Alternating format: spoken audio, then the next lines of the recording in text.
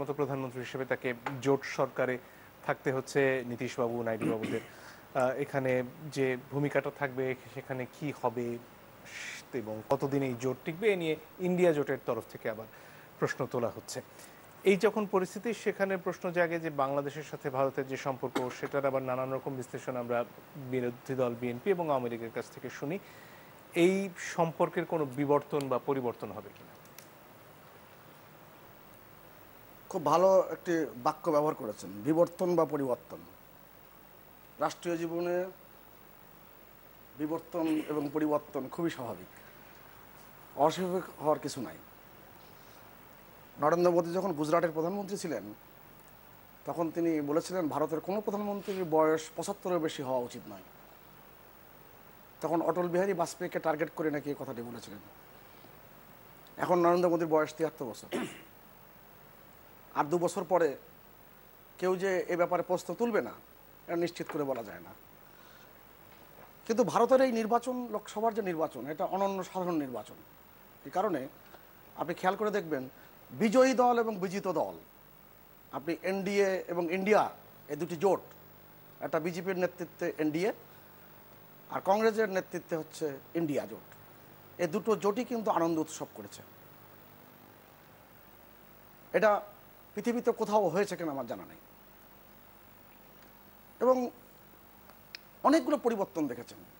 Chandrababu নাইডুর Telugu Deschamps party এবং নীতিশ কুমারের JDU, তারা এই সরকার প্রতিষ্ঠার পিছনে গুরুত্বপূর্ণ ভূমিকা রেখেছে। আবার এরাই দুইজন যখন ইন্ডিয়া জোট তৈরি করা হয় সেই জোটের সময় কিন্তু তারা ওখানে ছিলেন। অতএব সময় বলে দেবে কে কোন দিকে যাবে। কিন্তু ভারতের নির্বাচন ব্যবস্থার একটি গুরুত্বপূর্ণ দিক হচ্ছে যে এখানে নির্বাচন হয়ে যাওয়ার পর সকলে নির্বাচনের ফলাফল মেনে নেয়। ইভিএম নিয়ে টুকটাক কেউ যে মন্তব্য করেনি তা না। সেটা পশ্চিমবঙ্গের মমতা ব্যানার্জি থেকে শুরু করে ভারতের কংগ্রেসের কেউ কেউ, রাজীব গান্ধী না হলো, অনেকে প্রশ্নগুলো তুলেছেন। এবং এমনকি ফলাফল ঘোষণার পরও নরেন্দ্র মোদী যে ১ ঘন্টার ১২ মিনিট ৩৬ সেকেন্ডে যে বক্তৃতা দিয়েছে তার সংসদীয় দলে, সেখানেও কিন্তু এই প্রসঙ্গটা তুলেছে। কি তুলেছে? কংগ্রেস ১০০ পার হতে পারেনি, কিন্তু গত ১ বছরে কংগ্রেসের যে বিস্ময়কর উত্থান বলে দেয় যে মানুষের সাথে যদি থাকে রাজনৈতিক নেতা কিংবা রাজনৈতিক দল, সে কিন্তু মানুষের সমর্থন পেয়ে যায়। শত শত মাইল হেঁটেছেন রাজীব গান্ধী এবং সেই কনকনে শীতের ভিতরে হেঁটেছেন। আপনি দেখবেন দিল্লির ৭টি আসনের মধ্যে ৭টিতেই জয়লাভ করেছে বিজেপি। আবার অযোধ্যার যেখানে রাম মন্দির, সেই রাম মন্দির প্রতিষ্ঠার ওই জায়গায় সমাজতান্ত্রিক ঘরানার একটি দল, সমাজবাদী দল জয়লাভ করেছে, বিজেপি পরাজিত হয়েছে এবং বৈচিত্র্যে ভরপুর। আবার দেখেন ৩ তারিখ থেকে ৪ তারিখ ৫ তারিখের মধ্যে এই আপনার চন্দ্রবাবু নাইডুর স্ত্রীর যে প্রতিষ্ঠান হেরিটেজ ফুড সংস্থা, সেই সংস্থা তার স্ত্রী ভুবনেশ্বরী যেটা মালিক, সেখানে ৫৭৯ কোটি টাকার সে লাভ করেছে এবং শেয়ার ৫৫% বেড়ে গেছে। আজকে সকালে দিল্লি থেকে একজন আমাকে ফোন করে বলেছিল যে আপনাদের দেশের রাজনৈতিক দলের ব্যবসায়ীদের প্রভাব খুব বেড়ে গেছে, এখন ব্যবসায়ীরা রাজনীতি করেন। তাই বললাম যে এটা যেমন ঠিক, আপনি কি বলতে পারবেন আমাকে মহাত্মা গান্ধী কোথায় নিহত হয়েছিলেন? উনি এই প্রশ্নের উত্তর দিতে পারছেন না কিংবা তারা ওই সময় মনে নেই কিংবা দিচ্ছেন না। আমি বললাম যে তিনি বিড়ালা হাউজে মারা গিয়েছেন। অর্থাৎ বিড়ালা কারা? টাটা বিড়ালার সেই তৎকালীন সময়ের যে প্রভাব এবং তাদের যে অর্থনৈতিক যে প্রভাব, তাহলে মহাত্মা গান্ধী এত কিছু বাদ দিয়ে বিড়ালা হাউজে তিনি থাকতেন কেন? অতএব রাজনীতিতে অর্থের যে সংস্থান এই ব্যবসায়িক প্রতিষ্ঠান থেকেই আসে। যাই হোক, আমি যে কথাটি একটা কথা আমি একটু উল্লেখ করি যে ২৯৩টি আসন পেয়েছে এনডিএ আর ২৩২টি আসন কংগ্রেসের নেতৃত্বে ইন্ডিয়া। কিন্তু সবচেয়ে বড় দেখার মতন বিষয়, যে যেখানে প্রভাব বিস্তার করেছে, যে যেখানে খুব বেশি জয়লাভ করার আকাঙ্ক্ষা ছিল, সে সেখানে জয়লাভ করতে পারেনি। আপনি দেখেন যে আমি তো একটু আগে বললাম যে কখনো কেউ ভাবেনি দিল্লি 7টি আসন বিজেপি জয়লাভ করবে। অর্থাৎ বিজেপি সেই জায়গাগুলোতেই জয়লাভ করেছে যেখানে ধনীদের প্রভাব রয়েছে। রাজনীতির এই বিষয়গুলো কিন্তু খুবই, এই নির্বাচন, লোকসভা নির্বাচনে অনেক কিছু দেখবার আছে। কেন এত বড় একটি রাষ্ট্রের, যে রাষ্ট্রের 96 কোটির মতন ভোটার এবং 64 কোটির ওপরে ভোট দিয়েছেন, 66% ভোট কাস্টিং হয়েছে, জি, সেখানে অনেকগুলো অনুষঙ্গ আপনার চোখের সামনে ভেসে উঠবে। আর যদি আপনি পরবর্তীতে আমি বলার সুযোগ পাই ভারত বাংলাদেশ সম্পর্ক নিয়ে, বাংলাদেশ ভারতের যে অবস্থান নিয়ে, আমি নিশ্চয়ই কথা বলার চেষ্টা করব। ডক্টর জাহেদ, আপনার কাছে এই পর্যায়ে আসি। এর আগে নির্বাচনকে কেন্দ্র করে নানান ধরনের অভিযোগ আমরা শুনেছি। সেখানে বিভিন্ন রাজনৈতিক দল বলেছে, ইউটিউবাররা বলেছেন, এমনকি অরবিন্দ কেজরিওয়াল সেখানে বাংলাদেশ পাকিস্তানের সাথে তুলনা করে ভারত যে একটা স্বৈরতন্ত্রের দিকে এগিয়ে যাচ্ছে এই অভিযোগ তুলেছেন। এখন নির্বাচনের পরে যে অবস্থা দাঁড়িয়েছে, যেখানে বেশিরভাগ দলই নির্বাচন নিয়ে আসলে কোনো প্রশ্ন তুলছে না, বরং নির্বাচনের ফলাফলে তাদের নিজেদের যে সাফল্য সেটাকে তুলে ধরার চেষ্টা করছে। তাহলে এই যে অভিযোগগুলো যে ভারতকে নিয়ে নরেন্দ্র মোদী স্বৈরতন্ত্রের দিকে হাঁটছিলেন, সেটা কি ভুল প্রমাণিত হলো? আমি একটু, যেহেতু ডক্টর জাহিদ কথা বলবে, সে তো আবার এক ধরনের ইউটিউবারও কথা বলেন। আপনি রুদ্র রাঠির যদি ইউটিউব দেখেন, ধ্রুব রাঠি, আপনি তার যদি ইউটিউব দেখেন, নির্বাচনের আগে মিলিয়ন মিলিয়ন তার ভিউ হয়েছে। দেখি জাহিদ ভাইয়ের কথার ভিউ কত হয়। আচ্ছা, ঠিক আছে, ধন্যবাদ। মানে আপনার প্রশ্ন যেটা, এই নির্বাচনের ফলাফলের পরে এটা মিথ্যা হয়ে গেল কিনা, উত্তর হচ্ছে একেবারেই না। ইলেকশন বলতে ইটস দ্য প্রসেস। আমরা যদি ইলেকশন নিয়ে সারা পৃথিবীর সংজ্ঞা দেখি, আপনি নির্বাচনের আগের সময়টা নির্বাচনের পার্ট, একটা পোলিং ডে আছে এবং এর পরের সময়টাও আছে। বিরোধীরা যে অভিযোগ করছিল, একটা অভিযোগই ভুল। ধরুন দুজন মুখ্যমন্ত্রী, এর মধ্যে একজন রিজাইন করেছেন বলে আমরা ডিফ্যাক্টো তাকে আর ধরতে পারছি না, উনি মুখ্যমন্ত্রিত্ব থেকে রিজাইন করেছেন, কিন্তু জনাব কেজরিওয়াল রিজাইন করেন না। একজন ক্ষমতাসীন মুখ্যমন্ত্রী জেলে গেছেন, উনি দায়িত্ব ছাড়েননি। কংগ্রেসের অ্যাকাউন্ট সব ফ্রিজ করে ফেলা হয়েছে। এবং শুধু এই নির্বাচনের এই কয়েক মাস আগে না, তারও বেশ আগে থেকে ইন্ডিয়ার দুটো সংস্থা, ইডি এনফোর্সমেন্ট ডিরেক্টরেট এবং সিবিআই সেন্ট্রাল ব্যুরো অফ ইনভেস্টিগেশনকে, আমি শব্দটা লেলিয়ে দেয়া বলি, আমাদের যেমন দুদক লেলিয়ে দেওয়া হয়, আপনি যাকে একটু শায়েস্তা করতে চান, আমরা রিসেন্টলি ডক্টর ইউনূসের ক্ষেত্রে দেখছি, এরকম লেলিয়ে দেওয়া হয়েছে। প্রচুর ক্যান্ডিডেট যারা পটেনশিয়ালি জেতার মতো ছিল, তাদেরকে দল পাল্টে ফেলা হয়েছে, তারা বিজেপিতে চলে গিয়ে ইলেকশন করেছেন, এরকম সংখ্যা আছে। সো যে অভিযোগগুলো ছিল একেবারেই জেনুইন। আপনি এই অত্যাচারগুলো, নিপীড়নগুলো করেছেন। আরেকটা জিনিস, শুধু গ্রেফতার করার কথা জনাব কেজরিওয়াল বলেছেন, কিন্তু আরেকটা জিনিস আমরা খেয়াল করব, ভারতের মেইন স্ট্রিম মিডিয়াগুলো, যে কারণে আসলে এখন অল্টারনেটিভ মিডিয়া বা ইউটিউবের কথা আসলো, রবিশ কুমারও আরেকজন আছেন যিনি একসময় এনডিটিভির মতো একটা গুরুত্বপূর্ণ মিডিয়া আউটলেটে কাজ করতেন, এবং আমরা জানি এনডিটিভি কিভাবে আদানি গ্রুপ দখল করে নিয়েছিল, তারপর উনি ওনার মতো করে ইউটিউবে কাজ করতে শুরু করেছেন। সো মেইন স্ট্রিম মিডিয়াগুলোকে একেবারে কবজা করে ফেলা হয়েছিল বাংলাদেশের মতো একই রকম ভাবে। সো এই অভিযোগগুলো তো আসলে খণ্ডায় না। ডিফারেন্স এখনো একটা জায়গায় আছে, সেটা হচ্ছে ভারতের পোলিং ডেটা এখন পর্যন্ত ভালো আছে, এমনকি নির্বাচন কমিশনের কিছু আচরণ যেটা খুবই গুরুত্বপূর্ণ।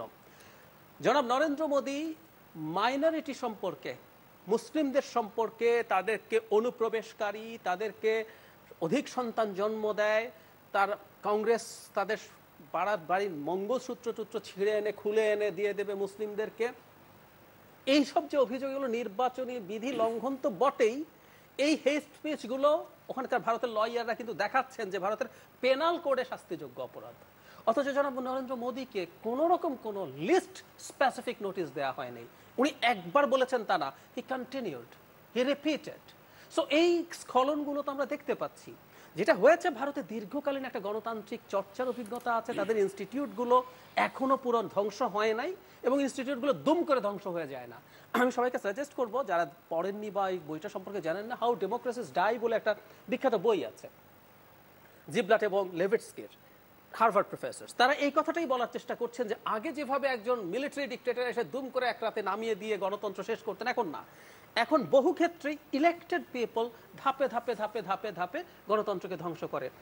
এই সরকারের সময় ভারত এই যে রিপোর্টার্স উইদাউট বর্ডার্সের যে প্রেস ফ্রিডম ইন্ডেক্স আছে তাতে বাংলাদেশের কাছে চলে আসছে একটার পর একটা জায়গায়। সো এই জিনিসগুলো সত্য আছে, কিন্তু ওই যে বললাম পোলিং ডেটা আমাদের চাইতে এখনো ফার বেটার। এবং আমরা কেন বলছি, আমরা ভারত নিয়ে আলোচনা করতে চাই না, পাকিস্তানের পোলিং ডেটা কি আমাদের চাইতে ভালো না? পাকিস্তানে আপনি তেহরিক ইনসাফ পার্টিকে ধ্বংস করলেন, নেতাদেরকে গ্রেফতার করলেন, ইমরান খান জেলে গেলেন, তাদের মার্কা বাতিল করলেন, তারপরও তারা 99 জন, if I am not wrong, বা 97 জন ইন্ডিপেন্ডেন্ট ক্যান্ডিডেট হয়ে নির্বাচনে জিতেছেন। সো তাদের পোলিং ডেটা এখনো আমাদের চাইতে ক্রেডিবল আছে। সুতরাং ভারতে নির্বাচনী ব্যবস্থার যে স্খলন এবং ক্ষয়ের কথা বলা হচ্ছে সেটা নিশ্চিতভাবেই আছে। আমি দুটো জায়গায় আরেকটু অ্যাডজাস্ট করতে চাই। দাদা দিল্লির একটা যে শটটাই বিজেপি পেয়েছে, মানে আমরা একটু যদি খেয়াল করি, বিজেপি অনেকের কাছে একটু অবাক লাগছে একটা কারণে, কারণ দিল্লিতে আম আদমি পার্টি খুবই জনপ্রিয়, তারা পরপর প্রথম সরকারটা ছোট ছিল সেই হিসাব করলে এবার তৃতীয়বারের মতো আছে, কিন্তু 14-19 দুইবারই কিন্তু ক্লিন সুইপই হয়েছিল দাদা, দুইবারই 7টা সিট বিজেপি পেয়েছিল, এবারও তাই। বরং এবার একটা সিরিয়াস উন্নতি আছে, এবার হচ্ছে অন্য দুবারের চাইতে সবচেয়ে কম মার্জিনে। সুতরাং আমি বলবো বিজেপির এখানেও একটা সিরিয়াস ডেক্লাইন আছে। আর একটা কথা আমাদের মনে একটু জোর গলায় বলা দরকার, বিজেপি কোথায় কি করেছে সেটা বড় কথা না, যে আইডেন্টিটি পলিটিক্স, হিন্দুত্ববাদী পলিটিক্স বিজেপি করে, তার সবচেয়ে গুরুত্বপূর্ণ জায়গাগুলোর একটা হচ্ছে বারাণসী, যেই আসনে জনাব মোদি ইলেকশন করেন। তিনি হচ্ছেন ইতিহাসে দ্বিতীয় মানে প্রধানমন্ত্রী, মানে কম ব্যবধানের দিক থেকে জেতার ক্ষেত্রে। আরেকজন হচ্ছে চন্দ্রশেখর। চন্দ্রশেখর আসলে কেমন প্রধানমন্ত্রী ছিলেন আমরা জানি, খুবই ছোট একটা সরকারের উনি কার্যকরী প্রধানমন্ত্রী ছিলেন ওই সময়। উনি মার্জিন 1.5 লাখের কম ছিল, আর উনি 1.5 লাখের একটু বেশি। জনাব মোদি, যার ব্র্যান্ড, যার মোদি ম্যাজিক ট্যাজিক বলে চারদিকে এত কিছু করা হলো, গত বছর তিনি 5 লাখের মতো ভোটে জিতেছিলেন ব্যবধানে, এবার 1,50,000-এর সামান্য বেশি, তার চাইতে 250-র মতো এমপি তার চাইতে বেশি ব্যবধানে জিতেছেন। সুতরাং মোদি এই যে জেতার কথা বলছেন দাদা, মানে নরেন্দ্র মোদি যে হাইপ তৈরি করেছেন, ওনার সরকার ক্ষমতায় আসুক, লিস্ট যদি সভ্যতা থাকতো, লিস্ট যদি তার ওই ধরনের মানসিকতা থাকতো, তার অন্য কারো কাছে প্রধানমন্ত্রিত্ব ছেড়ে দেওয়া উচিত ছিল। এটা একটা ফেইলিয়ার। ধন্যবাদ। জনাব আশরাফ স্যার, আপনার কাছে আসতে চাই, কংগ্রেসের এই যে প্রত্যাবর্তন, এটাকে কেন্দ্র করে বাংলাদেশে এখন পর্যন্ত অনেকে বলবার চেষ্টা করছেন যে বিএনপি যদি কংগ্রেসের মতো এইভাবে লেগে থাকে তাহলে তাদের পক্ষে আসলে বাংলাদেশের নির্বাচনী ব্যবস্থায়ও আগের চেয়ে ভালো ফল করা সম্ভব। তাকে সম্ভব বলে মনে করেন আপনি? এই প্রশ্নের দুটি দিক আছে। একটি হচ্ছে যে বিএনপি যদি গণমানুষের রাজনীতি করে তাহলে বিএনপি কতদূর আগাতে পারবে, আর এই প্রশ্নের দ্বিতীয় উত্তর হচ্ছে যে আমাদের যে নির্বাচনী ব্যবস্থা সেটি যেভাবে কুক্ষিগত করা হয়েছে সেটি কি পাকিস্তানের সাথে তুলনীয়, সেটি কি ভারতের সাথে তুলনীয় না। অতএব বিএনপি যদি মাঠে ঘাটে ওই বাংলাদেশ জড়ো আন্দোলন করে 100 কিলোমিটার কিংবা 1000 কিলোমিটার হাঁটে, তাতে বিএনপির গণসংগঠন চাঙ্গা হবে, বিএনপির রাজনীতি মানুষ গ্রহণ করবে কি করবে না সেটা বিএনপি জানবে। কিন্তু ভোটের মাঠে বিএনপিকে সরষে ক্ষেতের উপর দিয়ে দৌড়াতে হবে কিনা, অথবা রাতের ভোট মাঝরাতে হবে কিনা, এগুলোর গ্যারান্টি তখন কে দিবে? কাজেই বাংলাদেশের যে নির্বাচনী পরিবেশ যেখানে গেছে, আমি জানি ভারতের এই ফলাফলের পরে এই প্রশ্নটি ঢাকার বিভিন্ন চায়ের আড্ডায় আলোচনা হচ্ছে যে বিএনপিও গত নির্বাচনে গেলে এরকম একটি চমক দেখাতে পারতো কিনা। এমনকি পাকিস্তানের নির্বাচনের পরেও এই কথাটি উঠে এসছে, ইমরান খানের দল যদি পারে এবং তারা যদি গোপনে সংগোপনে প্রার্থী হয়ে দলের ভোট ব্যাংকে ভোট আনতে পারে, বিএনপি কেন পারছে না? এই প্রশ্নগুলো খুবই যৌক্তিক, এগুলো নিয়ে আলোচনা হওয়া উচিত এবং বিএনপির নেতাদের উচিত তাদের কৌশলের ব্যাপারে এইসব উদাহরণকে মনোযোগ দিয়ে দেখা। কিন্তু বাংলাদেশ পরিস্থিতি, বাংলাদেশের নির্বাচনী ব্যবস্থাপনা, বাংলাদেশের প্রশাসন এবং নির্বাচনী ব্যবস্থাপনার উপরে সরকারি দলের কর্তৃত্ব, সেইগুলো আমার ধারণা এই মুহূর্তে কোনো তুলনীয় অবস্থায় নাই। কাজেই বিএনপি কেন, অন্য কোনো দলও যদি চেষ্টা করে তার পরিণতি কী হতে পারে আমরা গত 3টে নির্বাচনে দেখেছি। আমি শুধু একটু বলি ভারতের নির্বাচন সম্পর্কে। ভারত বেঁচে গেছে, খাদের কিনারা থেকে, পৃথিবীর সবচাইতে বড় ডেমোক্রেটিক রাষ্ট্র খাদের কিনারা থেকে বেঁচে এসছে। মোদি বলে একটা অদ্ভুত মানে গরিমাপূর্ণ দামামা বাজিয়ে যিনি গণতান্ত্রিক ব্যবস্থাকে নষ্ট করছিলেন, যিনি মানুষের নাগরিকদের মৌলিক অধিকারকে হরণ করছিলেন, এবং যিনি বিভিন্ন সত্য মিথ্যা জোড়া দিয়ে একটা হিন্দু রাষ্ট্র কায়েমের চেষ্টা করছিলেন, এমনকি প্রকাশ্যে বলেছিলেন যে 400-র উপরে আসন পেলে তারা সংবিধান পরিবর্তন করবেন। আমরা পরিষ্কার জানি সংবিধান পরিবর্তন করে উনি কি করতে চান, কোনো কিছুই গোপন না। অমিত শাহ এবং মোদি এবং বিজেপির অন্য অনেক বয়োজ্যেষ্ঠ নেতাদেরকে কোণঠাসা করে তারা কি ধরনের একটি ভারত সরকার কায়েম করেছে, এবং সেই সরকারের চেহারা কিন্তু ভারতের নাগরিক না হয়েও আমরা যারা খোঁজ খবর রাখি তারা দেখতে পাই। দেখুন, এই নির্বাচনে মোদির পরাজয় হয়েছে, নৈতিক পরাজয় হয়েছে, রাজনৈতিক পরাজয় হয়েছে, এবং যত কৌশলী মোদি হয়েছেন ভারতের ইতিহাসে কখনো আমরা ভারতের শাসন ব্যবস্থাকে, নির্বাচনী ব্যবস্থাপনাকে এতটা পার্টিজান করে ফেলতে দেখিনি। অপোজিশনের লোকজনের আপনার অ্যাকাউন্ট ফ্রিজ করা হয়েছে, মামলা দেওয়া হয়েছে, গ্রেফতার করা হয়েছে, দুজন মুখ্যমন্ত্রীকে জেলের পোড়ানো হয়েছে, এবং সিবিআই এবং ইডি দিয়ে আপনার হেন কর্মী এবং নেতা নাই যাদের বাড়িতে গিয়ে হামলা করা হয়নি, তল্লাশি করা হয়নি, দলীয় লোকজনকে করা হয়নি, বিজেপির সমর্থকদের করা হয়নি, তাদের কোনো কর্পোরেট সমর্থকদের ব্যবসা প্রতিষ্ঠানে হামলা করা হয়নি। এটি খুব দৃশ্যমান ছিল।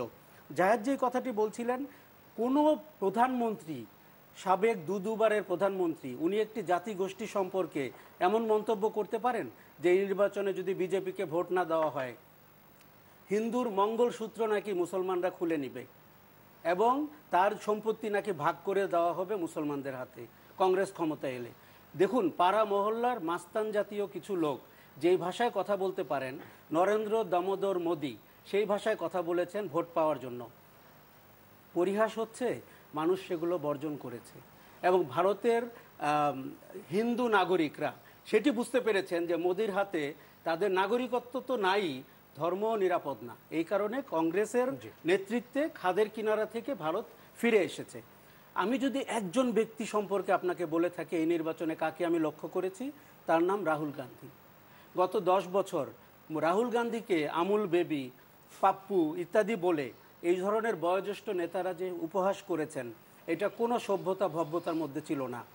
এই ছেলেটি এই রকম একটি প্রাচীন দলকে নিয়ে রাজনীতি করে, গণমানুষের রাজনীতি করে, তার কোনো সুযোগ ছিল না প্রাসাদ ষড়যন্ত্রের অংশ হওয়ার, তার কোনো সুযোগ ছিল না কর্পোরেট ইন্ডিয়ার শেয়ার পাওয়ার, তার কোনো সুযোগ ছিল না আদানি আম্বানির কাছে গিয়ে ক্ষমতায় আসার জন্য দেন দরবার করার। সে যেটি করেছেন সেটি হচ্ছে গণমানুষের রাজনীতি করেছেন, সারা ভারত চষে বেরিয়েছেন। এবং আপনি খেয়াল করে দেখবেন মেইন স্ট্রিম মিডিয়াতে রাহুলের সেই কর্মসূচি খুব বেশি কাভারেজ পায়নি, কেননা মোদি মেইন স্ট্রিম মিডিয়া তার নিয়ন্ত্রণে নিয়েছেন। আপনি দেখুন, মোদি নির্বাচনে হারলে আদানির শেয়ারের দাম কেন কমে, এই প্রশ্নের উত্তর আমি নির্বাচনের পরে বলতে চাই। অনেক ধন্যবাদ। একটা বিরতির সময় হয়ে গেছে, দর্শক একটু পরে ফিরে সুভাষ সিংহ রায় আপনার কাছে। বাংলাদেশে আসলে কি প্রভাব পড়তে পারে যে জোট সরকার, যেখানে আরো দুটো দলের উপর নরেন্দ্র মোদী এবং বিজেপিকে নির্ভর করতে হচ্ছে, এই সরকারের সাথে আসলে বাংলাদেশের আদান প্রদান বা লেনাদানটা কিরকম হবে? না, আপনি তো গুরুত্বপূর্ণ প্রশ্ন করেছেন, মানে এই ব্যাপার তো আপনারও জুড়ি নাই। আবার এটাও ঠিক যে আপনি খেয়াল করে দেখবেন আশরাফ কায়সার ভাই বেশ কয়েকটি গুরুত্বপূর্ণ বিষয়ে আলোকপাত করেছেন এবং জনসম্পৃক্ততার বিষয়টি উল্লেখ করেছেন। আপনি খেয়াল করতে পারেন 2004 সালে 11 ডিসেম্বর প্রথম আলোতে লাল হরফে একটা শিরোনাম হয়েছিল যে 150 কিলোমিটার মানববন্ধন 50 লক্ষ মানুষের। কারা করেছিল? আওয়ামী লীগ করেছিল। অতএব জনসম্পৃক্ততা যে খুব গুরুত্বপূর্ণ সেটা তো এই মাটিতে আওয়ামী লীগ বারবার দেখিয়েছে। এখন ধর্মের অপব্যবহার বাংলাদেশে যে আমরা উৎকট আকারে দেখেছি। আপনার মনে পড়ে যে 2001 সালের নির্বাচনের আগে একটি টেলিভিশনতে একটি অনুষ্ঠান করা হয়েছিল, সাবাস বাংলাদেশ। অধ্যাপক বি চৌধুরী যে অনুষ্ঠানটি করেছিলেন, এবং সেই অনুষ্ঠানের পরবর্তীতে তিনি মুন্সিগঞ্জে তার বিপরীত যে সুকুমার ঘোষ যে প্রার্থী ছিলেন তার বিরুদ্ধে তিনি কি পরিমাণ ধর্মের অপব্যবহার করেছেন। বলেছেন এক হাতে কোরআন, এক হাতে গীতা, আপনি কোনটা নেবেন? মানুষকে সেটা বোধ শুনিয়েছিলেন।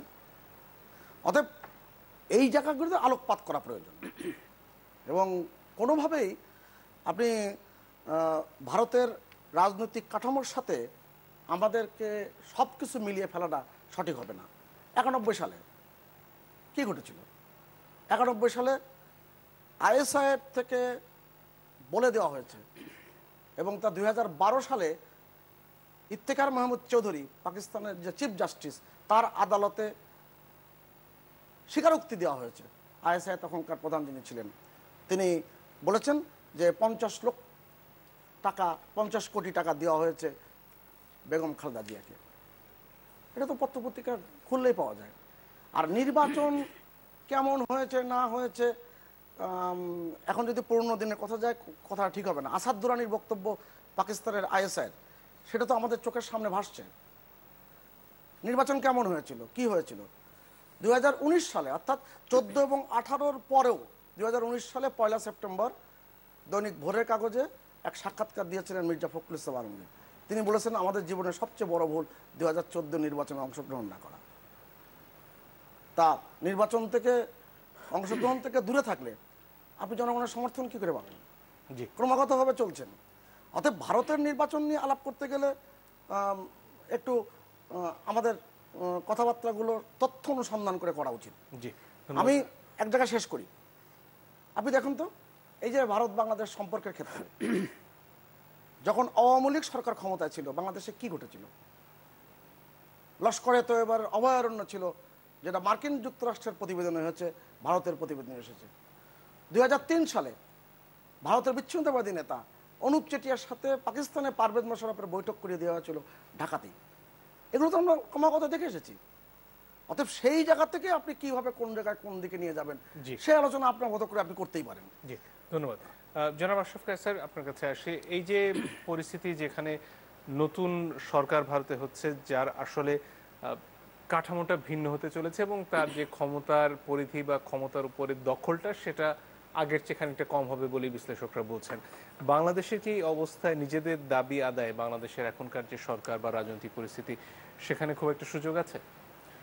দেখুন, আমি বলছিলাম বিরতির সময় যে ভারতে গত 10 বছর নরেন্দ্র মোদীর যে নিরঙ্কুশ সমর্থন নিয়ে ক্ষমতায় থাকা এবং তার সিদ্ধান্ত গ্রহণের যে ক্ষিপ্রতা এবং তার নিজস্ব ব্র্যান্ডের বিকাশের জন্য সে যা যা করছিল, এই আগামী 5 বছর আপনি সেটি দেখতে পাবেন না।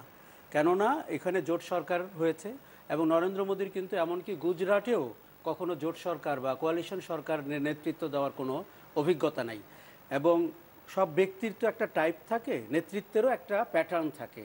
আপনি নরেন্দ্র মোদীর নেতৃত্বের প্যাটার্নটা একবার খেয়াল করে দেখেন, যেখানে আদবানির মতো নেতাকে সরিয়ে দেওয়া হয়েছে, যেখানে কার বয়স কত হবে, দলের প্রধানের বয়স কত হতে পারবে, প্রধানমন্ত্রীর বয়স কত হতে পারবে, এগুলো যখন উনি বলে ফেলেন, নেতৃত্বের এই টাইপটা আমরা ধরে ফেলি। এবং গত 10 বছর আমরা নরেন্দ্র মোদীকে খুব কাছ থেকে অবজার্ভ করেছি। তার নেতৃত্বের এবারও যদি, আমি জানি না ভারতীয়দের কাছে উনি যে প্রতিশ্রুতিগুলো দিয়েছেন, যেটা মোদি কা প্রমিস, সেটা এখন কে বাস্তবায়ন করবে? কারণ এমন সব প্রতিশ্রুতি দিয়েছেন, ধরেই নিয়েছেন নিরঙ্কুশ সংখ্যাগরিষ্ঠতা বিজেপি পাবে, এমনকি 400 আসনের মাইল ফলক উনি ছুঁয়ে যেতে পারছেন। তার মাথায় 400 ঘুরছে, কারণ রাজীব গান্ধীর সেই 412টি কিংবা 413টির সংখ্যা দিয়ে।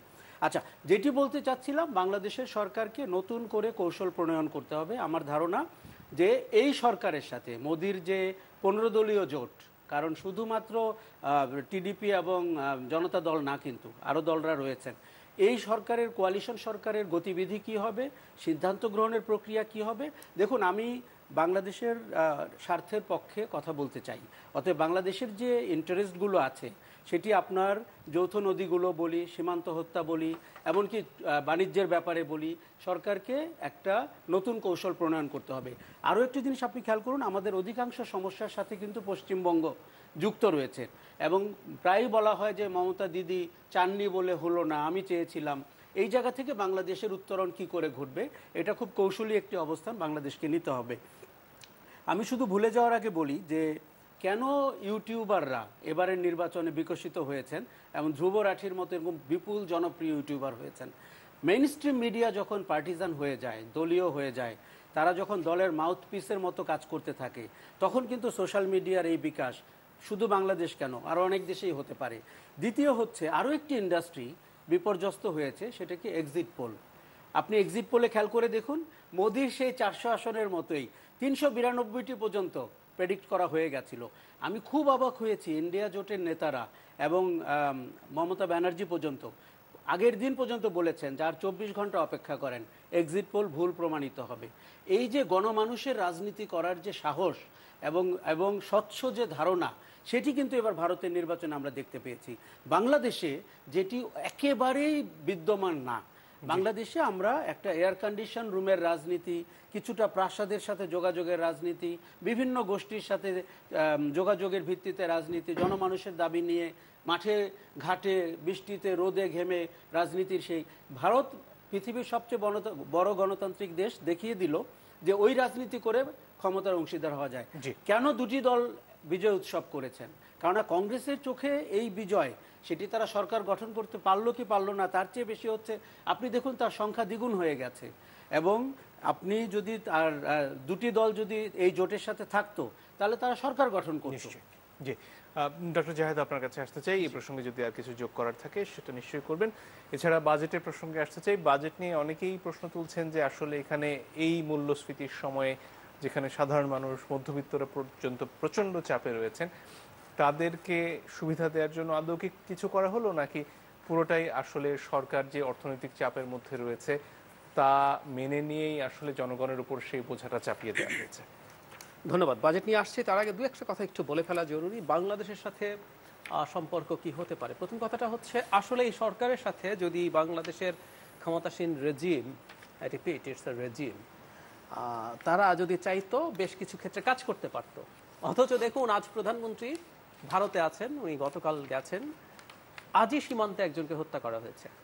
তার দুদিন আগে বাংলাদেশের ভেতরে ঢুকে গুলি করা, কিছুদিন আগে একবার গুলি করলো, আবারও হলো, ভিডিওই পাওয়া যায়, আপনাদের চ্যানেলের ভিডিও আমি দেখেছি, যেখানে ওখান থেকে একটা লোকাল ভিডিও দেখানো হয়েছে। নদীর পানি, কোনোখানেই কোনো কিছু আসলে হবে না, হবে না। কারণ হচ্ছে এই সরকার কোনোভাবেই কিছুটা চাপে ভারতকে রাখার চেষ্টা করা, সেই চেষ্টা করতে যাবে না। কারণ তার নিজের লেজিটিমেসির প্রশ্ন আছে, তাতে তার ভিত্তিটা খুব স্ট্রং না।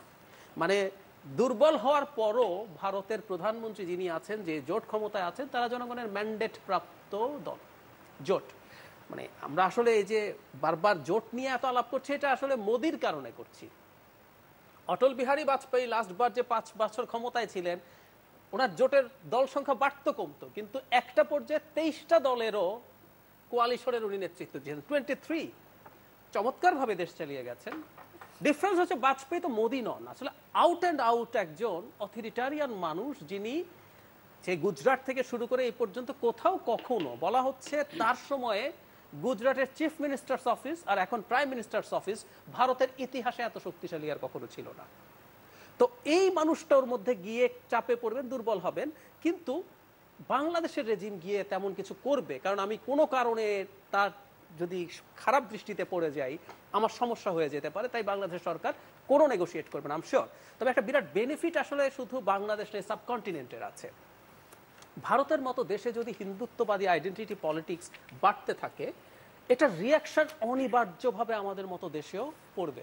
আজ হোক কাল হোক, এখানে পাল্টা একটা আইডেন্টিটি পলিটিক্স চালু করার চেষ্টা করা হবে, এবং ভারতও চাইবে এটা বাংলাদেশে চালু হোক, কারণ তাদের বাংলাদেশ লাগোয়া অনেকগুলো স্টেট আছে, সেগুলোর বিধানসভা আছে, বিশেষ করে পশ্চিমবঙ্গের দিকে তাদের খুব বড় দৃষ্টি আছে। বাংলাদেশকে একটা গুরুত্বপূর্ণ ইস্যু হিসাবে তারা হাজির করার চেষ্টা করেন। তাদের যে সিএএ বা সিটিজেনশিপ অ্যামেন্ডমেন্ট যে অ্যাক্ট হয়েছে, সেটা মূল টার্গেট করা হয়েছে বাংলাদেশিদেরকে টার্মাইট বলেছিলেন জনাব অমিত শাহ, আমাদের মনে আছে নিশ্চয়ই। সো ওই জায়গাটাও আমাদের জন্য পজিটিভ হবে। সরকার কিছু করবে না, কিন্তু আমি মনে করি ভারতের এই গণতন্ত্রের দিকে যাওয়া এবং identity politics for the time being a চাপা পড়া, এটা এই অর্থে ভালো। এবার বাজেটে আসছি। জি, মানে প্রথম কথাটা হচ্ছে মূল্যস্ফীতি, সরকার তো 10% স্বীকার করছে। রাষ্ট্রীয় আর একটা প্রতিষ্ঠান বিআইডিএস বলছেন ইটস 15%, 5% বেশি খাদ্য মূল্যস্ফীতির কথা বলছে। আচ্ছা, আমরা সরকারের 10%ই যদি ধরি, আপনি স্বীকার করছেন 10%, এমনকি আমি প্রধানমন্ত্রী সহ, প্রধানমন্ত্রী যেহেতু বলেন, অন্য মন্ত্রীরাও বলেন দাম বাড়ছে, যে মানুষের কষ্ট হচ্ছে, তাহলে প্রথম আমাকে সহজে যেটা বোঝার জন্য প্রথম কাজটা হচ্ছে আসলে কি, আমি ভালনারেবল মানুষকে একটু আরাম দেই। এটা হলো খুব বেসিক, যে মানুষগুলো দুর্বল আছে, আমি যদি পারবো কিনা পরে, কিন্তু এক্সিস্টিং যে প্রবলেমে আছে, তার মানে আপনি কি করবেন, আপনি করবেন কি, এখন সবচেয়ে গরিব মানুষের কাছে যে সোশ্যাল সেফটি নেট আপনি দিচ্ছিলেন, সেটা হচ্ছে কতগুলো ভাতা, দুস্থ ভাতা, বিধবা ভাতা, প্রতিবন্ধী ভাতা, বয়স্ক ভাতা, এরকম অনেকগুলো ভাতা আছে। এই সংখ্যাটা এবার মাত্র 2 লাখ বাড়ানো হয়েছে। মানে এগুলো সঠিক মানুষের কাছে যায় না, দ্যাটস এ ডিবেট। এবং বাংলাদেশের পরিকল্পনা মন্ত্রণালয়ের নিজস্ব স্টাডি আছে 46% সঠিক মানুষের কাছে যায় না। মানে আপনি চেয়ারম্যান, আপনি আপনার ভাই বন্ধু ভাই বেরাদারকে দিয়ে দিয়েছেন, এটা আছে। কিন্তু তারপরে বলছে আপনি 2 লক্ষ মাত্র বাড়িয়েছেন, প্লাস 600 টাকা ভাড়া পেয়ে তো একটা মানুষ টেকনিক্যালি 10% ইনফ্লেশনের কারণে আপনার সেই জিনিস কিনতে এখন 10% বেশি টাকা লাগবে। আপনি এই সবচেয়ে প্রান্তিক গরিব মানুষটারও ভাতা 1 পয়সাও বাড়ান নাই। অনেক টাকা লেগে যেত না যদি 100 টাকা করে বাড়াতেন। আপনি 100 টাকায় বাড়ালে আমি খুশি হতাম না, কিন্তু আমি বুঝতাম কি জানেন, আপনি রেকগনাইজ করছেন যে মূল্যস্ফীতিতে মানুষের কষ্ট হচ্ছে। ব্যক্তি খাতের যে আয়ের সর্বোচ্চ সীমা 3.5 লাখ টাকা আপনি বাড়ালেন না। 3.5 লাখ টাকা মানে সহজ করে যদি বলি, বাংলাদেশে এখন একজন, আমি অনেক রিক্সা চালকই 30,000 টাকার কাছাকাছি আর্ন করেন। মানে আপনি 30,000 টাকা আর্ন করেন মানে 3,60,000 টাকা, টেকনিক্যালি ওটা 3,50,000 ক্রস করছে। তো 30,000 টাকা উপার্জন দিয়ে একটা মানুষ তার পরিবার মেনটেন করছে। আপনি এটা, আমি এর সঙ্গে একটু জানিয়ে রাখি, ভারত তো নাকি আমাদের চাইতে গরিব দেশ মাথা পিছু আয়ের দিক থেকে। আমরা ওই করোনার সময় খুবই লম্ফঝম্ফ করেছিলাম। ভারতে গত বাজেটে 5 লাখ রুপি হচ্ছে ব্যক্তি আয়ের সর্বনিম্ন মানে করমুক্ত সীমা, যেটা 5 লক্ষ রুপি আমাদের মনে হয় এখন 6.5-7 লাখ টাকা হবে, ওদের তাই। এটাই হওয়া উচিত ছিল। সো আপনি এটাও অ্যাড্রেস করেন নাই, বরং কি করলেন, এখন আমরা ফান করি। আমি দেখি যে ফেসবুকে অনেকে লিখছেন বিয়ের কাবিননামা নবায়নের জন্য বছরে এত টাকা দেওয়া হোক। মানে সরকার এখন এমন সব ট্যাক্স বসাতে শুরু করেছে এইগুলোতে যাওয়া। ফলে আপনি কি করবেন, এখন আপনি আরেক বিপদে আছেন। বিপদটা কিরকম, সেটা হচ্ছে আপনি ডলার সংকটের জন্য অর্থনীতির গতি কমিয়ে দিয়েছেন প্ল্যান করে, যাতে আমদানি কমে যায়। আপনি এলসি খুলতে দিচ্ছেন না, জি, মানে বিলাসদ্রব্য তো বটে, এসেনশিয়াল গুডসও প্রচুর করা যাচ্ছে না। তো যখন আপনার অর্থনীতি স্লো ডাউন হয়, তখন অনিবার্যভাবে কি হবে, রেভিনিউ কালেকশন কমে যায়। আপনি আমদানি করছেন, আমাদের বিরাট অংশ তো আমদানি শুল্ক। আমরা পণ্য তৈরি করে বেচি, মানুষের ক্যাপাবিলিটি কমে গেলে বেচা বিক্রি কমে যায়, তাতে ভ্যাট কমে যায়, মানুষের ইনকাম কমে যায়। ইনকাম যদি কমে যায়, ইনকাম ট্যাক্স। সো টোটালি কি দাঁড়ালো, আপনার যে পরিমাণ রেভিনিউ আপনি অভ্যন্তরীণভাবে কালেক্ট করতে পারার কথা ছিল, আপনি সেটা কালেক্ট করতে পারছেন না। তাহলে আপনার উপায় হচ্ছে নতুন নতুন জায়গায় নতুন করে ট্যাক্স বসানো, সেগুলো দিয়ে করবেন। করতে করতে ট্যাক্স দিতে যে আপনার যদি খারাপ লাগে, আপনার কি চকলেট খেতে পারেন, চকলেটের উপর ট্যাক্স কমানো হয়েছে। সো এরকম কিছু জায়গা হবে, কিন্তু আরো বহু জায়গা আপনাকে এটা করবে, এটা অনিবার্য। আরেকটা জিনিস একটু যোগ করে ফেলা ভালো, তারপর আপনি একটা বিরাট বাজেট দিলেন, কারণ আপনি এমন বিরাট একটা সরকার পোষেন, এটা নিয়ে দীর্ঘ আলোচনা হতে পারে। বাংলাদেশে এই সাইজের সরকার পোষার কোনো দরকার ছিল না। অ্যাট দ্য সেম টাইম আপনাকে অনেকগুলো সোকল্ড ডেভেলপমেন্ট প্রজেক্টও নিতে হবে, উন্নয়ন বাজেট করতে হবে, কারণ ওগুলো করে লুটপাট করে আপনার লোকজনকে যদি দিতেন, আপনি ক্ষমতায় থাকেন না। ফলে ফাইনালি যেটা দাঁড়ালো, রেভিনিউ কম আসছে কিন্তু খরচ করতে হবে। সো আপনাকে প্রচুর ব্যাংক লোন নিতে হবে এবং আপনার টাকা ছাপাতে হবে, এবং টাকা যখন ছাপাবেন ফাইনালি ইনফ্লেশন কয়েক গুণ বাড়বে। সুতরাং আপনি যে বাজেট করেছেন, ইনফ্লেশন ঠেকানো দূরে থাকুক। একটু বলে শেষ করি, অর্থমন্ত্রী সাংবাদিকদের উপরে খুব ক্ষুব্ধতা দেখিয়েছেন, আপনারা একটু পড়াশোনা করে আসেন, আপনারা না পড়ে খুবই যে ভাষায় কথা বলেছেন অত্যন্ত অসৌজন্যমূলক। আমি ওনার কাছ থেকে সামনাসামনি জানতে চাইতাম যে বাজেটে কোন স্টেপগুলো আসলে আপনি বলছেন যেটা দিয়ে মূল্যস্ফীতি কমানো যাবে। মূল্যস্ফীতি বাড়বে অ্যাট এনি কস্ট। ধন্যবাদ। জনাব সুভাষ সিংহ রায়, আপনার কাছে আসি। এই যে প্রশ্নটা বারবার ঘুরে ফিরে আসছে, আসলে সাধারণ মানুষ, মধ্যবিত্তরা যারা প্রচন্ড কষ্টে পড়েছেন এই মূল্যস্ফীতির যুগে এসে, তাদের জন্য দিক নির্দেশনা না থাকলেও সেখানে সেই পুরনো কালো টাকা সাদা করার ব্যাপার রয়েছে, এবং আরো এমন কিছু অভিযোগ শোনা যাচ্ছে যাতে করে আসলে ব্যাংকে যে লুটপাট হচ্ছে সেগুলো বন্ধেরও কোনো দিক নির্দেশনা নেই। এই ব্যাপারে আপনার কি বক্তব্য? আপনি ডক্টর জাহিদের কথা যেভাবে মন্ত্রমুগ্ধ মতো শুনছিলেন, আপনার চোখের পলক পড়ছিল না, বুঝছেন? আমি হয়তো এরকম ভাবে বলতে পারবো না, কারণ সরকারের বিরুদ্ধে বলা, পল্টনী বক্তৃতা দেওয়া যতটা সহজ, এবং আমাকে বলতে দেন। এবং তার দৃষ্টিভঙ্গি আমার দৃষ্টিভঙ্গি তো এক হবেই না, কেননা তিনি দেখেন খুঁটায় খুঁটায় যে কোন জায়গার থেকে একটু খুঁত বের করা যায়, উনি খুঁত পর্যবেক্ষণ করেন। মনে আছে কি, যখন সাইফুর রহমান প্যারিস কনসোর্টিয়াম বৈঠকে যাইতেন, এসে যখন বলতেন যে আমরা এক জায়গা থেকে এই জায়গাতে সাহায্য পেয়েছি, এটার উপরে বাজেট হবে, বাংলাদেশকে এখন সেই জায়গায় আছে। উনি কি দেখেছেন বাজেটটা কি পুরোটাই কি ওই খুদ দৃষ্টিতে দেখেছেন নাকি নির্মোহ দৃষ্টিতে দেখেছেন? আমার ধারণা উনি খুদ খোঁজার জন্য দেখেছেন। আপনি 30টি পণ্যের ওপরে যেভাবে শুল্ক কমানো হয়েছে এবং তার মূল্য কমিয়ে দেওয়া হয়েছে। আপনি পণ্যগুলোর নাম নিশ্চয়ই উনি জানেন। তো এগুলো যখন বলে আমরা তখন তো অবাক লাগে, বলে কালো টাকা সাদা করেছে। আরে তার পছন্দের নেত্রী বেগম খালেদা জিয়া, তিনি তো কালো টাকা সাদা করেছিলেন জরিমানা দিয়ে। সাইফুর রহমান কালো টাকা সাদা করেছিলেন জরিমানা দিয়ে। তারা এখন কালো টাকার বিরুদ্ধে, সাদা করার বিরুদ্ধে বলছেন। রাজনীতিতে সব সম্ভব।